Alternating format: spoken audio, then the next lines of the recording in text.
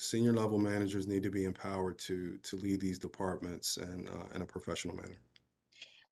Mr. Dowry, we heard yesterday that there was a move from, I forget what his name was, but he went from one position to economic development.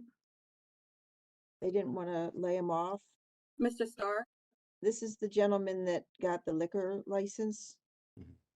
What did he do for an economic development for the year or so that he was in that position?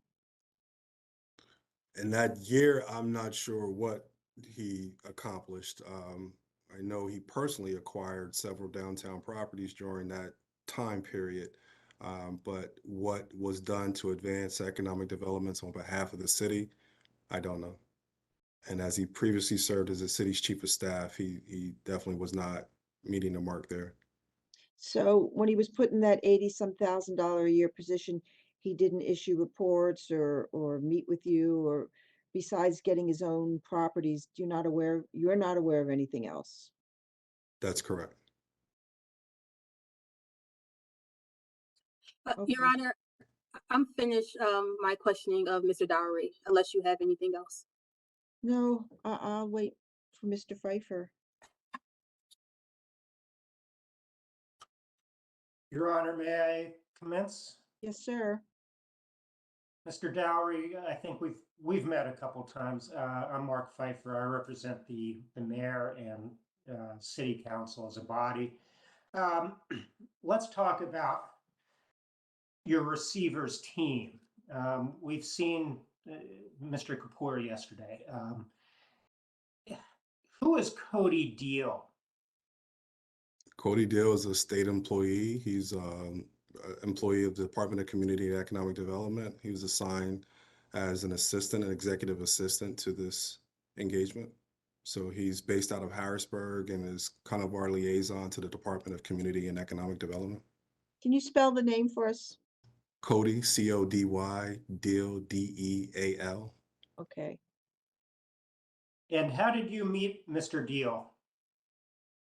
He was assigned to us. Deputy Secretary Rick Vallejo made the connection. Prior to Cody, Miss Ann Weaver Morrow served in that position, and she transitioned in the state, accepted a different assignment, and Cody was reassigned to our project. And how did you know Miss Morrow? Only through this assignment. And who is Warner Macklin? Warner Macklin is the owner of Fox Chase Advisors. How did you know Mr. Macklin before this Act 47 receivership? I didn't. Okay. How did you become acquainted with Mr. Macklin? At the time of when DCD approached me to consider the position, I was introduced to VJ Kapoor, and VJ and I started working on trying to build a team. And the connection to Warner, I want to say, came through the Department of Community and Economic Development. To be honest with you, at this time, I really don't remember how every name came in as we started to take considerations for appointments to the team. And who approached you from the Department of Economic and Community Development about the receivership? Former director Kim Bracey. Okay. And you used to work in the city of York, correct? Yes. And Ms. Bracey was the mayor of the city of York at the time, right?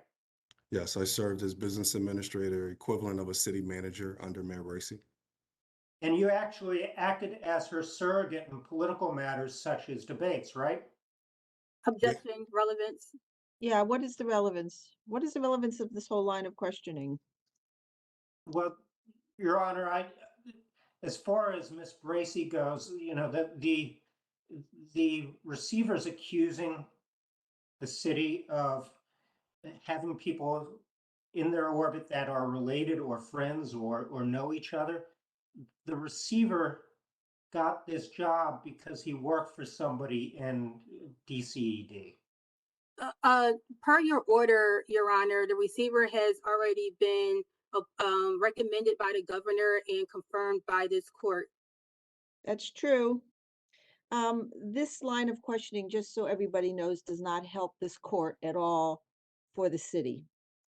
It comes off as defensive, it comes off as denial, it comes off as accusatory, unless you want to tell me that these people that are brought in are doing a poor job and not doing what they're supposed to do, then it feels, I mean, it's not helping your case for me, Mr. Pfeiffer, unless you're going to start telling me that these folks are not doing their job. That's what I'll listen to. Your Honor, It's a whole different thing to have family members under the power of of a superior than it is to have qualified individuals who have been brought in to help. I mean, so you can continue this line of questioning, but let me just tell you, it's not working for me. Your I'm just Honor, going to be honest with you. I mean, I'm the person that has to judge credibility and that sort of thing, and that's how I'm feeling about this line of questioning. Your Honor, if I can, I'm just I going also to go. I also did preclude testimony about his your qualifications, but I don't know about these other folks.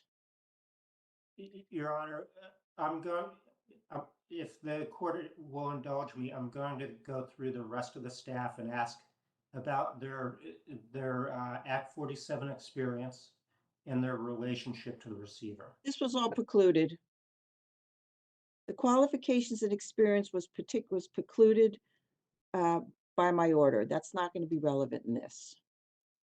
That was precluded because Mr. Dowry has already been approved.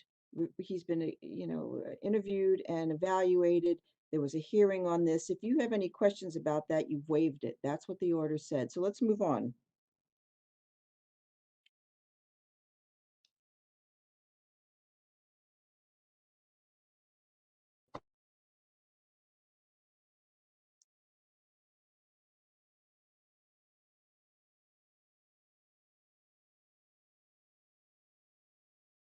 Your Honor, may I simply ask if there's anybody on his staff who did not have Act 47 experience prior to joining his staff? Well, sure. I don't know the relevance. They could have a lot of other experience. Hardly anybody has Act 47 experience. You need finance people, you need development people, you need accounting, you need so you can ask the question, but it won't mean much to me. Mr. Dowery, have you had anybody else that's worked like in Harrisburg or other states that have done this kind of financial distressed, that have not done this kind of work? The only unit on my team that is not, to my knowledge, that has not done this kind of work would be Fox Chase Advisors. They're assisting with operations, and the three consultants that are assigned to this engagement, one helps out with HR and HR issues and trying to write policies, job descriptions, etc. Another one is embedded in public works and just help. We kind of treat it as staff augmentation. Mr. Jones is assisting with various projects as assigned by Chief Operating Officer. And then Greg Schaefer, who is a project manager, who is assisting with keeping the capital projects online and on schedule. Though all three of those really don't require any kind of experience working in distressed municipalities. But everyone else on the team, from public financial management to Campbell Durant to VJ Kapoor to the Buffalo team, all have experience working in distressed municipalities that are in some stage of Act 47. But the skill sets for all that needs to be done is not Act 47. It's Correct. all the other issues. I'm applying Act 47 to the facts of this case. All right, continue, Mr. Pfeiffer. Mr. Dowry, Who is the current head of the Department of Public Affairs? The current head of Department of Public Affairs. That would be, is that Councilwoman Williams? Because Roots is public safety, so I know Williams is public personal property. Are you saying, I'm not sure that there is what is public affairs? Are you saying public safety? Do you know? So you don't know who the current head of public affairs is, right?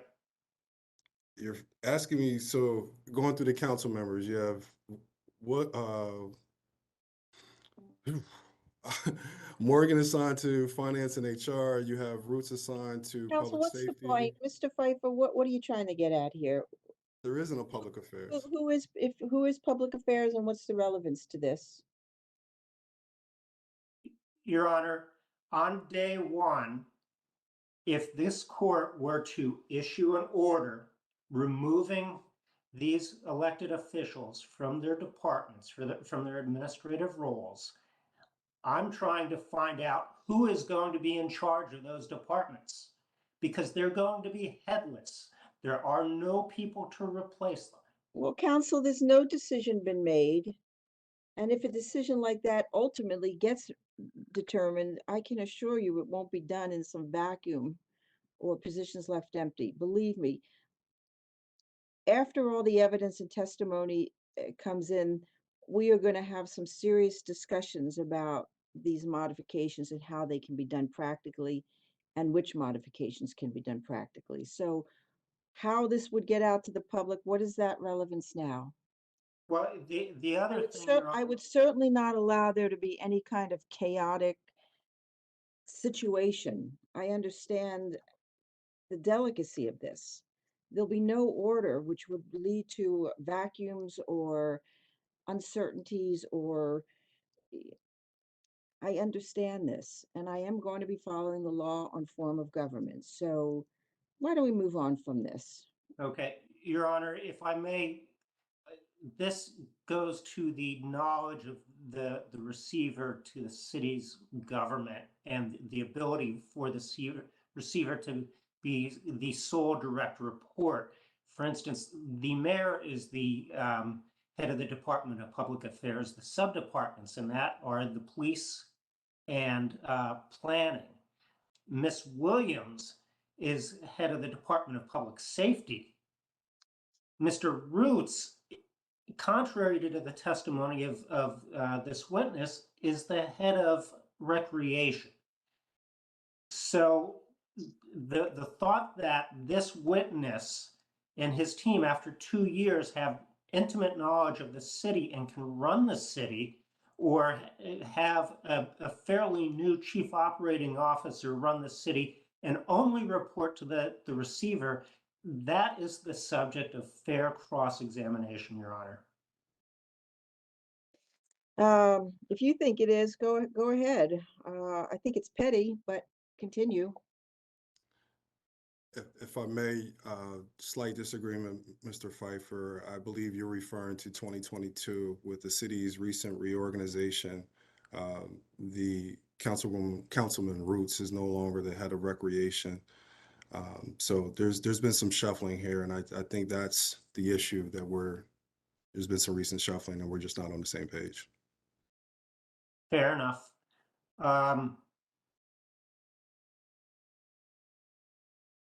You would agree that you're in the process of a search for a chief financial officer, correct? Yes, Okay. And there is currently an interim chief financial officer, right? yes, there is. So what is that, the hesitancy in that answer? Because it's still the same issue over the last year that we approached this court with in February, I think it was, of last year, where there is an interim CFO from the same company where the last interim CFO was from, but they're hampered or they're hindered in their ability to really function as a complete CFO because Councilman Morgan still dictates the day-to-day activities of the department. What is that person's name? Trenora Burkett, Okay, Could you spell and that, she, please? CHENORABURKETT.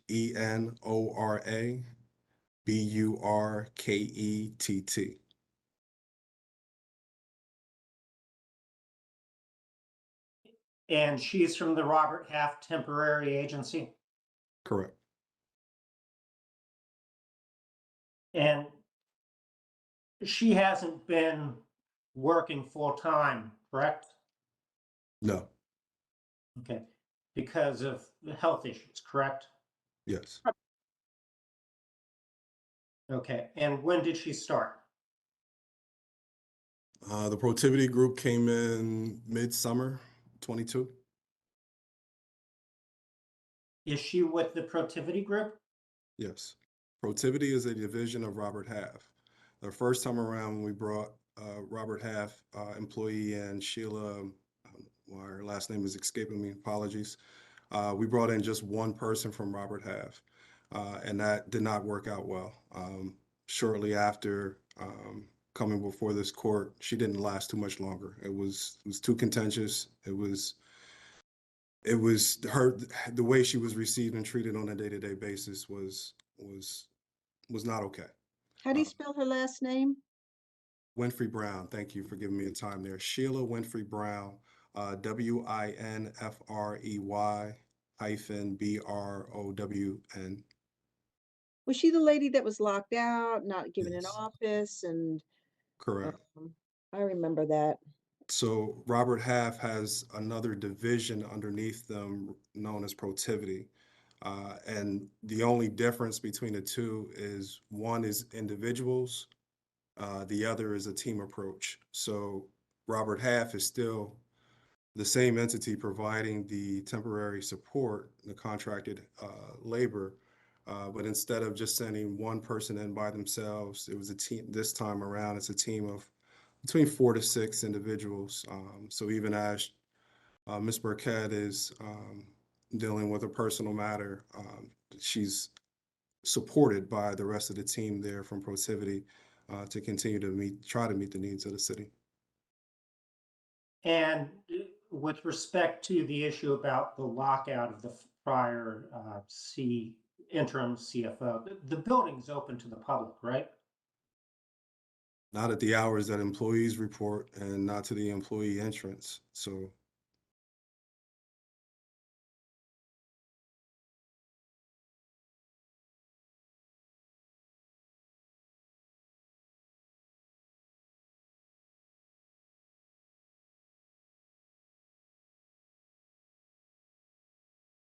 Do you recognize that crime is down in the city under Mayor Kirkland's administration? I do. And it's down a significant amount, right? There's great work between the mayor, city's police department, and district attorney's office and the state AG's office. They've been working together on a collaborative effort that's been productive, been great. And it's down about 62%. Is that correct? Depends on which category you're referring to, but this is 62. If I think what you're referring to is the drop in homicides, that's after a spike in homicides in 2020. So or if we want to acknowledge the 62% reduction, you also have to acknowledge I think it was like a 50 or 60% spike in the year prior. So they're making progress and doing good things, but it's just to call out one stat would maybe misleading. Okay, and homicides in most other cities across the country are going in the opposite direction, right? Objection, relevance. Well, he wants to be addressing the services being presented, so Yeah, I actually, essential services, that's what you're getting at, right? Mr. I'm, Pfeiffer? I'm getting at essential services. Yeah. yeah. I would challenge that type 1 crimes, type 1 and type 2 are generally down across the board in this country. So there are several cities who have seen experienced increases, but by and large, type 1 crimes are down.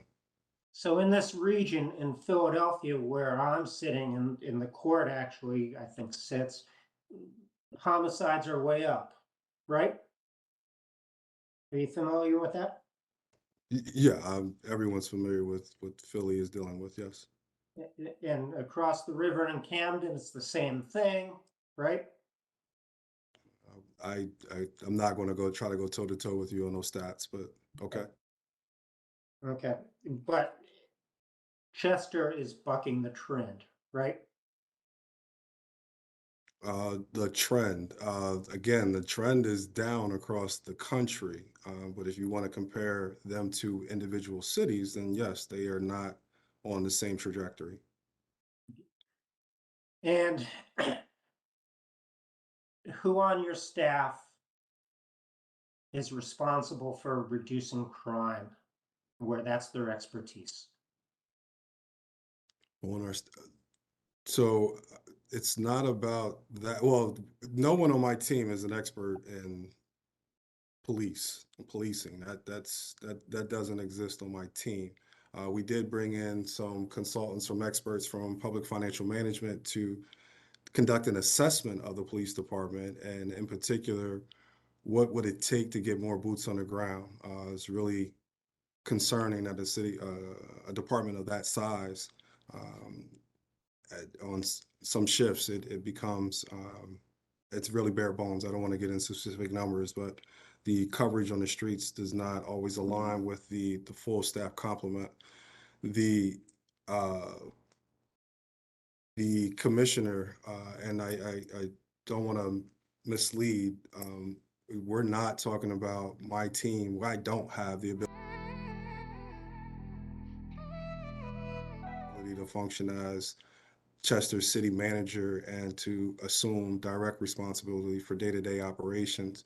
Um, what we're trying to advance here is that the police commissioner would be responsible for the police department, but the police commissioner would report back to the chief operating officer.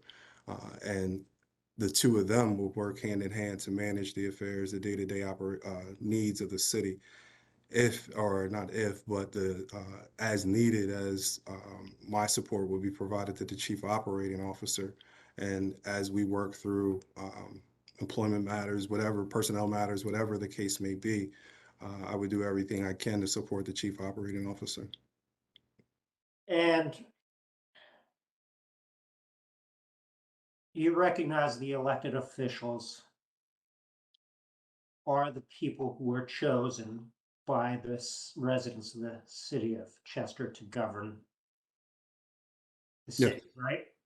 Yes. And that includes addressing issues like crime, right? Yes.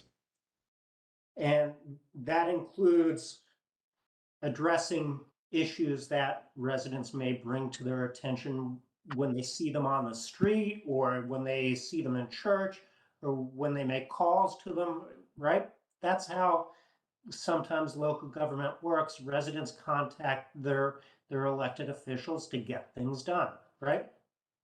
That doesn't require the legislator to become a micromanager or try to run a day-to-day. I would liken that to Congress in DC is there to represent the people, but they don't carry out another branch of government's work. So it for the council member to function as a liaison to the community, to the neighborhoods, to the residents, bring those issues back into City Hall, and to have, or should I say, give that information, that insight, those concerns, raise those concerns with the chief operating officer, and then being able to communicate back to the community, here's what's being done. I very much see City Council continuing to function in that capacity, but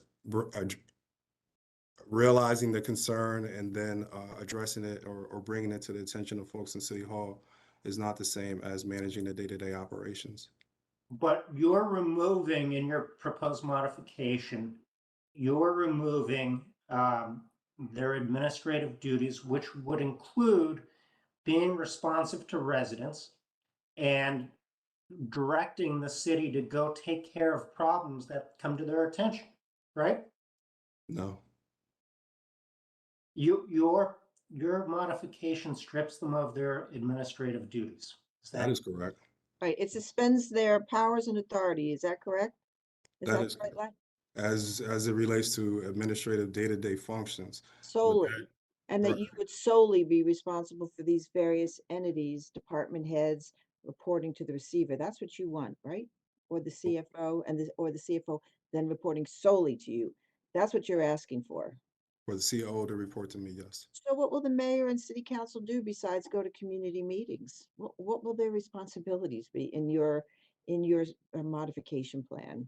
Yeah, policies still need to be advanced. Governance is still there. So from resolutions to ordinances to engaging the community and being able to translate what the community is asking for to get that consensus, if you will, for whatever their platforms may be to what they're hearing on a day-to-day, to be able to bring that information in and help this work with staff, work with the professional managers to go about addressing those needs is what we're asking here.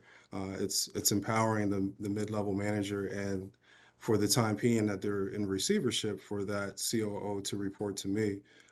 But there will be life after this as it continues on. But right now, the elected officials just as department heads aren't capable of carrying out those functions.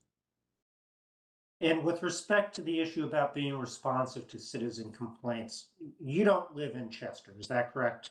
That's correct. Okay, and none of your staff lives in Chester, is that correct? That is correct. And the chief operating officer doesn't live in Chester either, right? He bought a home there a couple months ago. Okay. He's not well known to the residents because he came from another area, right? That's correct. Okay. Um, and you said that the elected officials would still be able to do resolutions and pass ordinances. Mhm. What type of resolutions and ordinances, if they don't have any administrative function, would they be passing? What Generally, category-wise.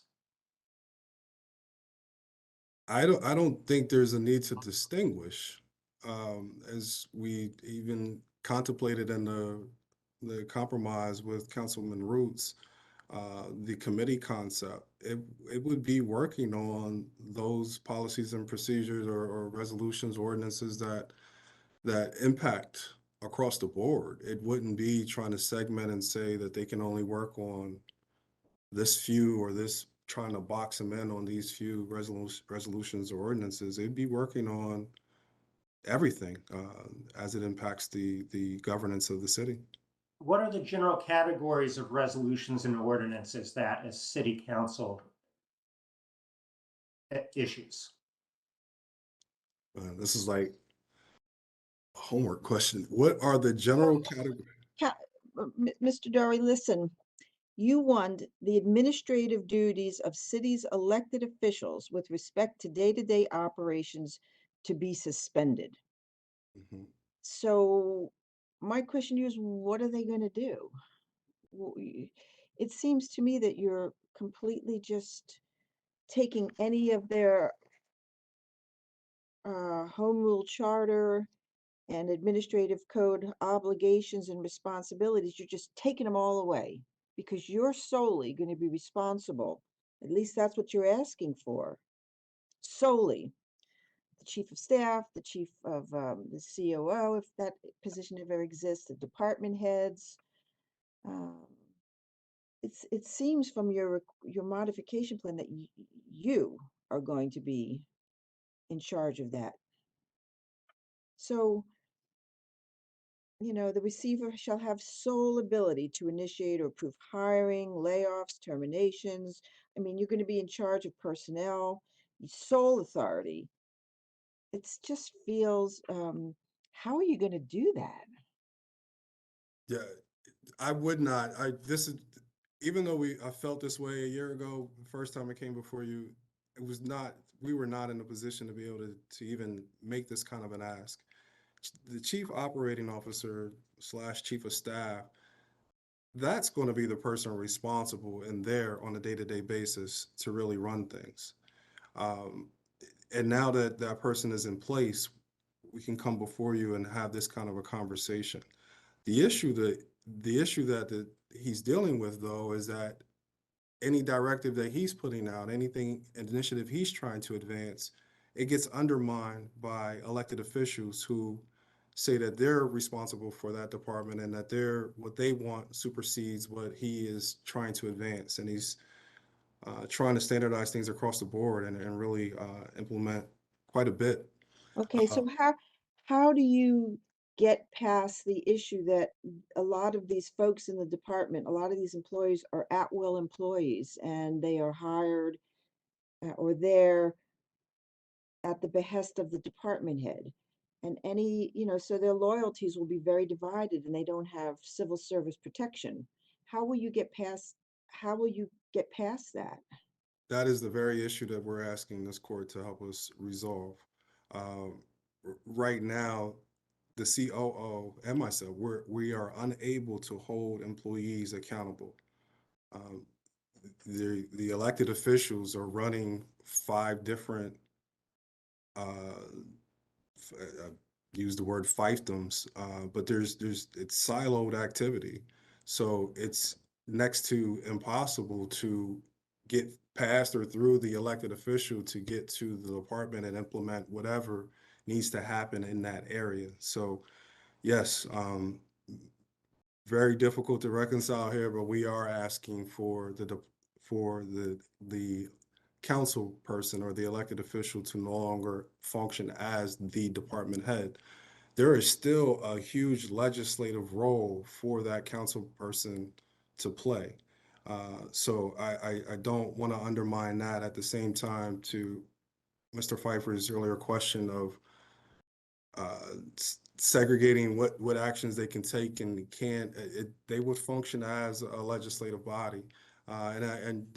Probably the easiest example to give is our own state government. And from it would be what they have currently is the equivalent of a state rep coming in and taking over Department of Community and Economic Development, another state rep, a state senator taking over another State Department Office of Administration. It just it would it would break down. But for that all to be under the administration side of it, and for someone to be at the head of that administration side is necessary just to organize and really function as a cohesive unit. But every expectation that we would have of any legislative branch of government, that's where city council would fulfill their role. Okay, Mr. Pfeiffer. Would the legislative function include approving contracts for the city? For the period of receivership, no. So during following your modification, if it's approved by the court, you want to be the sole person who can approve contracts for the city, right? Correct. And you want to be able to enter into contracts on behalf of the city, right? Yes. And currently you don't have that power because you're asking the court to give you that power in the modification, right? No, I would disagree with that. I think the legal argument is that that was all contemplated under Chapter 7 of Act 47. Well, And Act 47 contemplated, hopefully, that the elected officials would continue their day-to-day overseeing and responsibilities of government. Uh, the way I see it, you're asking, which would include, I don't know right now, city council is responsible for approving contracts, or the mayor, I forget exactly. But you're asking to be solely responsible for that now. Your modification plan takes that power away from city council and the mayor, clearly. Yes. Yes, I acknowledge and agree with that. What I was referring to is the argument of Mr. Pfeiffer has made before that that would be construed as a change in the form of government. Well, we don't have to get to that right now, but needless to say, you're asking for that in the modification plan. Okay. And with respect to the Widener contract, you are the person who actually signed that agreement, right? Yes, And you didn't tell city council about it before you signed it. that's not correct. Did you have them approve it before you signed it? No, Did you tell them you were going to sign it without their approval? without their approval, no, I didn't say it that way. No.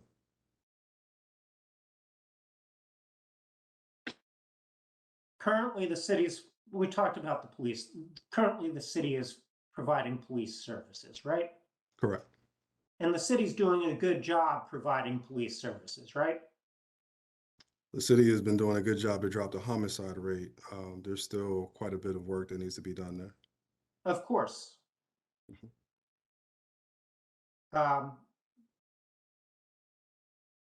The city is providing fire services, right? Correct. Okay. And there's no risk that the city's going to stop providing fire services or police services, right? Yes. Imminently. Well, yeah, we don't, the city's 2023 budget is not balanced. We do not have enough money in the budget to make it through the end of the year. So yes, both of those services are in jeopardy. So the way they've done that in the past is they haven't paid all of the pension and retirement. Can't do that anymore. There's less than a year's worth of benefits in a police pension plan. They can't continue to borrow from retirees. That well is run dry, And you're addressing those issues in the bankruptcy, right? despite your objection, yes. Okay. Well, the objection that the elected officials filed to the bankruptcy was that it wasn't approved by the elected officials, right? It's an objection. This exact objection or why you did it, you could speak to that, but you've objected to the city being in that process. Did you read the objection? Yes. Okay, and it was an objection based upon the bankruptcy filing not being approved. Do you agree with that? Again, it's the arguments you can make. I don't think you necessarily need me to articulate what your objection is. I'm just asking your recollection of what the basis for the objection was. Understood. I'm kind of lost at this point, I'll be honest. I don't know what are you talking about? Objection to what? The pension plan? Your Honor, during the bankruptcy case, the elected officials filed an objection to the bankruptcy based upon a provision in federal law, which requires the city to desire to effectuate a bankruptcy plan, and that means that it can't be an involuntary bankruptcy. In this case, it was an involuntary bankruptcy because it was not approved by city council. And we've left open the possibility that if we can come to terms with governance issues, that the city elected officials could ratify the bankruptcy filing. Right now, we're faced with a situation where they're trying to strip us strip the elected officials of authority and put the sole right of the receiver to enter into agreements, give the receiver the sole right to enter into agreements, including monetization. And the issue on monetization is Aqua wants to pay $410 million. All right, well, we're not talking about any of that now. That's not part of this at this point. The monetization is going to go through, right? Judge, it's a question Everybody about, seems to agree with that. It's going to be one of the saving graces for this. But we're looking at long-term governance issues to keep everything in place. Your Honor, Chester Water Authority wants to pay $60 million as opposed to $410 million that a privatization would achieve. And the receiver is negotiating with Your Honor, Chester Water Authority. Let him finish. And they've locked out Aqua from So those. you know what? I'm a little out of my league on the bankruptcy and its relationship to my work here. So what what are you getting at here? We're not discussing the water authority. The point, Your Honor, is if the receiver is given the sole right to contract on behalf of the city, he could forego a $410 million transaction in favor of $60 million transaction, which will doom the city's fate to disincorporation. Mr. Dowry, would you take 60 million if you could get 410 million? 60 is not going to cut it. If if that's where things end up, then it retirees and more will suffer All of greatly. that, the monetization of the water authority and all of that, that's being resolved by experts in this field. Am I correct? That's No, correct. Your Honor, it's being negotiated by the Your receiver. Honor, I'm sorry. Miss Allen, let him finish. Continue. It's there are three bidders for these assets. One, Aqua for Oh, okay. 410 All million. right. You are getting into the, is receiver, are you saying that you have sole authority on the water authority issues? Is that the position that's happening in bankruptcy court? Yes, Your Honor. We've been locked out of the negotiations. They objected to us participating even in the mediation. We've been locked out. That's just not accurate, Your Honor. What's being happening right now at the Mr. federal Rourke, level? Mr. Rourke, you're here now. We're not going to get into all the nuts and bolts. Is the city locked out of these water authority discussions? Your Honor, I'm here representing the Stormwater Authority, not Chester Water Authority. Well, are you locked out of that at least? Is the city locked We're out not- of the storm? Is the city we're locked not- out of the stormwater? No, Your Honor. The Okay. Stormwater Authority and the Chester Water Authority are two very separate and distinct entities with two very and separate, distinct legal arguments. Okay. Your Honor, as an officer of the court, I am representing to the court that there is a mediation on Friday. We went through this yesterday, and that is in Chet- confidential. And Your Honor, you ruled on this. And I also want to remind Mr. Pfeiffer and the court that when we filed our modification, we changed the definitions in our filing that no mention of the authority in this modification includes CWA. There's no mention of monetization in this modification regarding CWA. And Mr. Pfeiffer is continuously trying to bring up the CWA and any speculation about what he thinks the receiver may or may not do in mediation. 47 is clear. Receiver can file for municipal bankruptcy. He has done that.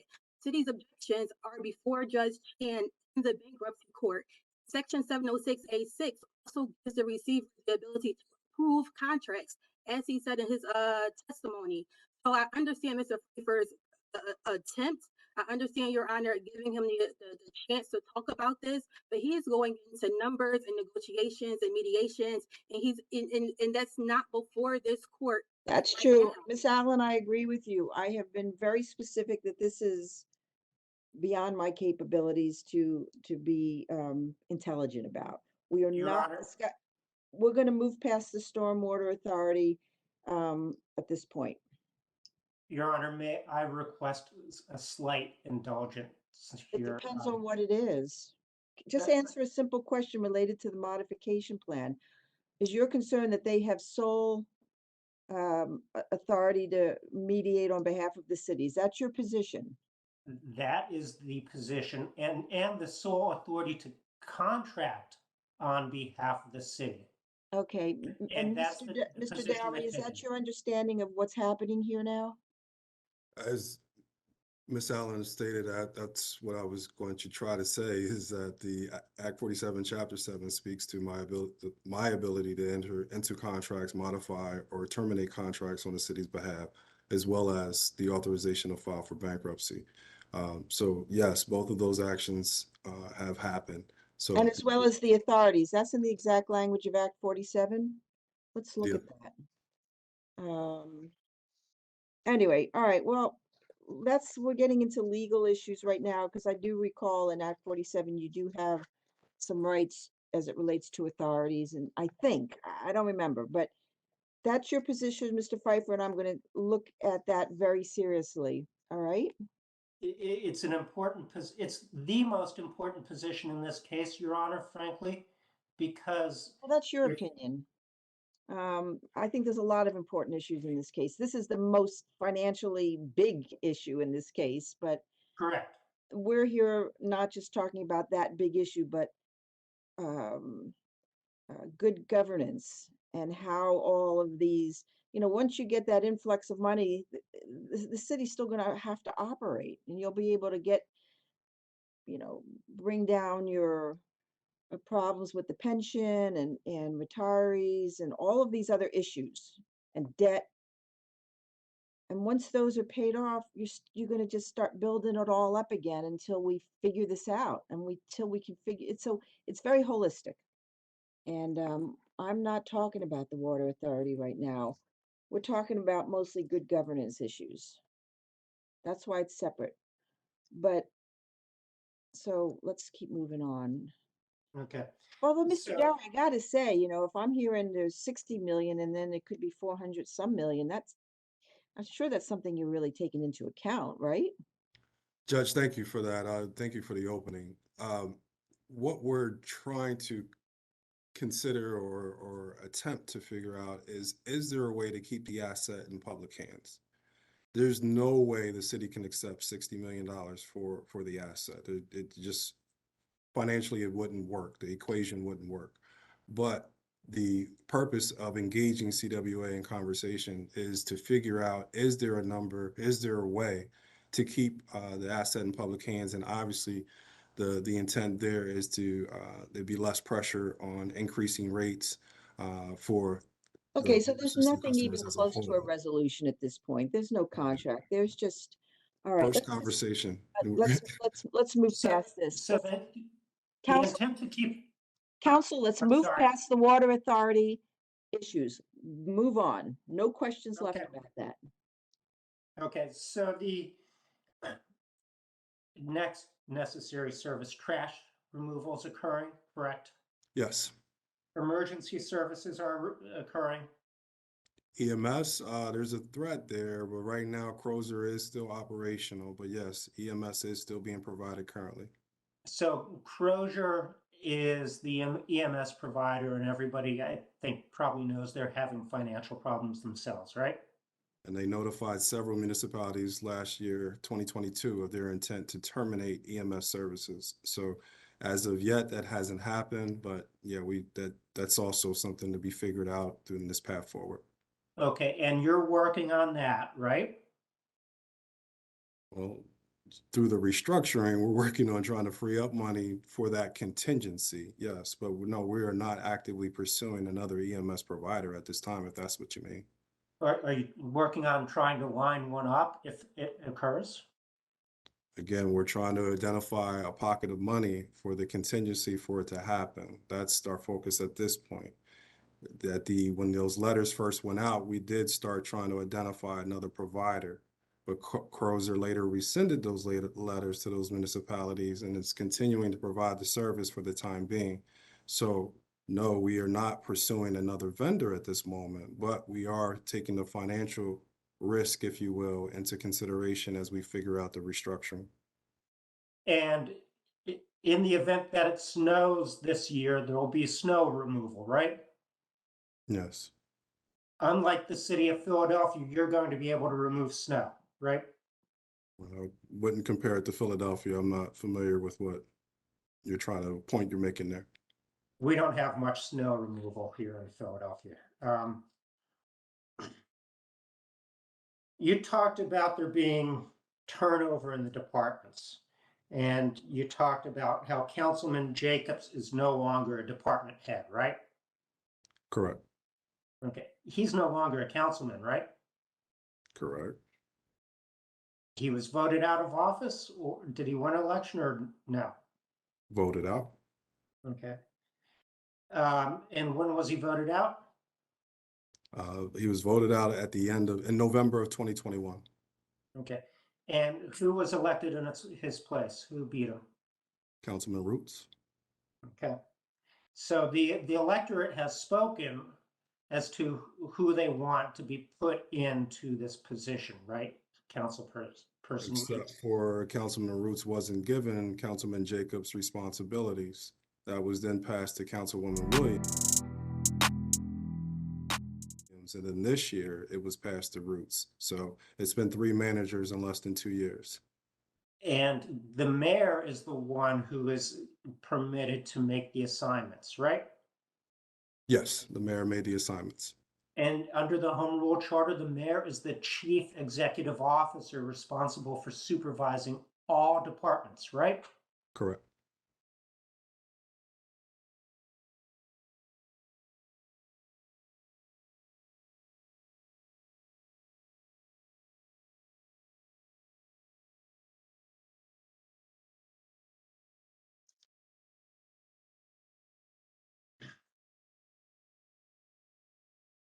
Have you thought about replacing Protiviti? Yes, Protiviti will not be there through the end of this year. They're a temporary staffing agency. And as there are active job postings in the finance department currently, but as the CFO is brought on and those other positions are filled, Protiviti will be slowly pushed out. Okay. And they're expensive, right? Yes. Okay. And are you involved in the job search for staff in those departments? No, I don't participate in uh, interviews to that level, no. Okay. But you're going to have the right to approve or disapprove people, right? Assuming it's upheld here by the recovery plan, yes.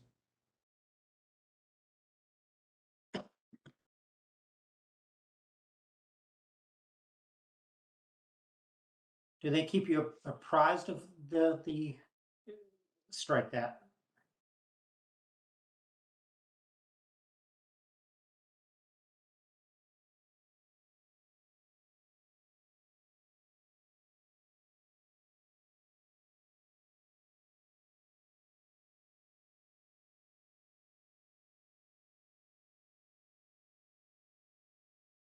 You talked about threats made by the mayor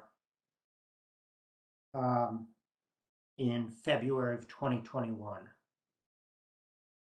That's almost 2 years ago now, right? Yes. And has the mayor made any threats since that time? Physical threats? I took it as a physical threat in the meeting that we were in together a month ago. Which meeting was that? The meeting that you participated by phone, where we discussed the CFO candidates and then proceeded to try to talk about a compromise on the plan modification. And what Okay. happened that meeting? Or what happened? That's the one where the mayor started saying, watch your back and your days are numbered and Is pointing this to at. you? Is this to you, sir? Yes. Okay.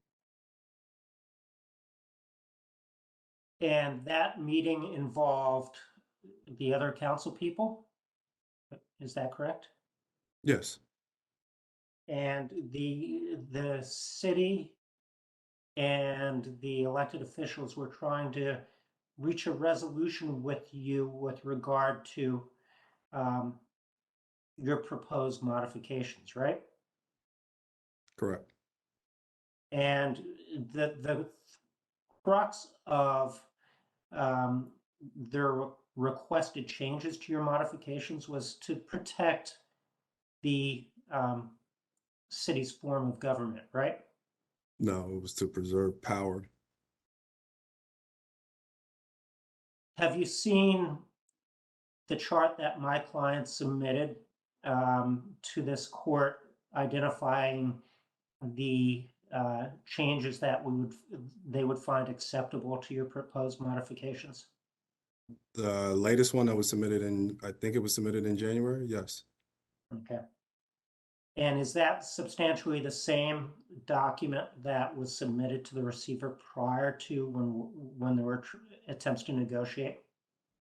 No, I think there were some significant. I think there were changes. Okay. Well, there were Mr. Roots's changes, right? Again, there were changes, but as trying to go back through levels of negotiation and which phase was what and who's responsible for what. But I'd say the city's position did come along in January. So during that meeting, what was the physical threat that you perceived? What was the mayor. threat? Yeah. Him saying, "Watch your back," and pointing at me and saying, "Your days are numbered." You're saying, Did you feel physically threatened by the mayor? Did he do anything physically? this time, no, he did not he did not come towards me. It was only the finger pointing from across the room and the yelling. Or no. So yeah, in the first time he didn't get in any of the times did he actually get physical with me. So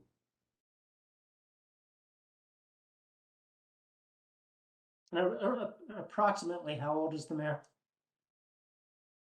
put him in his 60s. And the threats almost 2 years ago in February 2021, who was at that meeting besides you and the mayor? Gordon Mann of PFM, CFO, former CFO Nichols, VJ Kapoor, my chief of staff, and probably Councilman Morgan. I can't say for sure certain Councilman Morgan was there. It was the typical Wednesday meeting where Morgan would attend, but I can't remember him being there.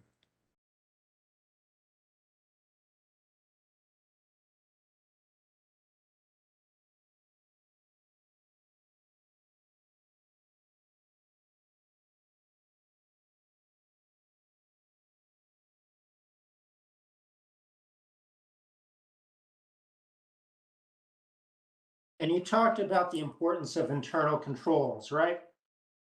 Correct. Okay. And one of the things that Protivity is in there for is to establish internal controls, right? Yes. Because Councilperson Morgan's not a CPA, right? That's correct. Okay. And he may not know the